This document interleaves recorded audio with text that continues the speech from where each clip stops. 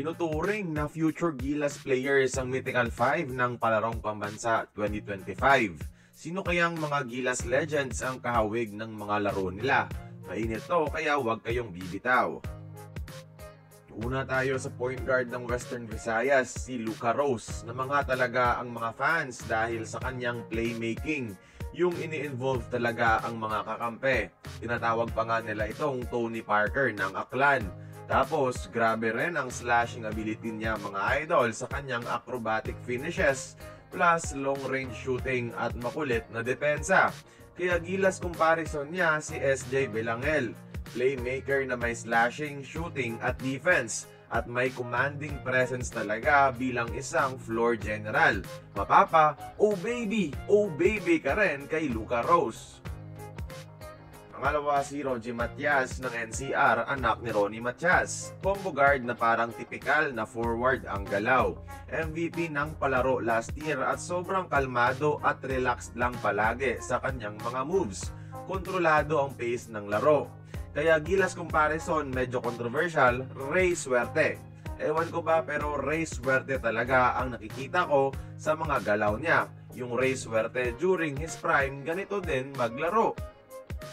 Sunod si Chog Moral mga idol. Kilala na to sa social media dahil sa galing. Pang forward ang katawan pero guard ang laruan.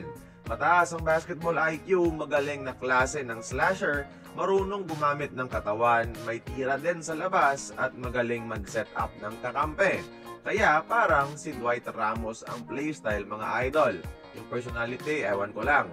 Isa to sa mga players na very all-around tapos palaging alam kung ano ang gagawin sa loob ng court.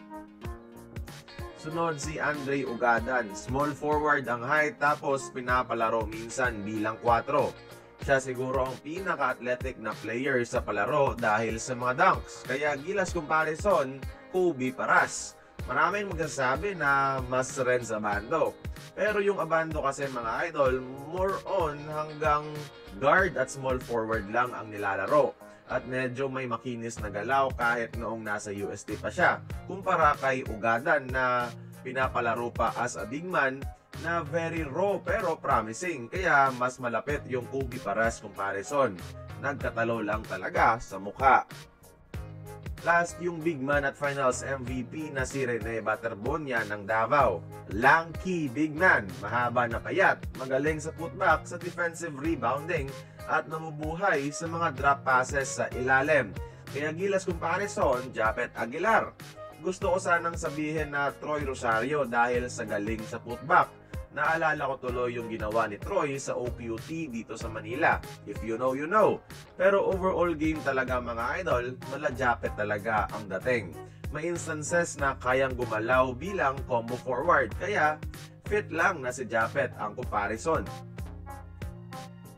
Personal opinion at observation ko lang tong mga comparisons mga idol. Ang sigurado dito, their future is bright at sana makita natin sila sa gilas. Kaya kung nag-agree kayo sa ating comparisons, thank you. Pero kung disagree naman mga idol, i-komento nyo sa ibaba kung sino sa tingin nyo ang mas bagay na inihalin tulad sa kanila sa mga gilas players.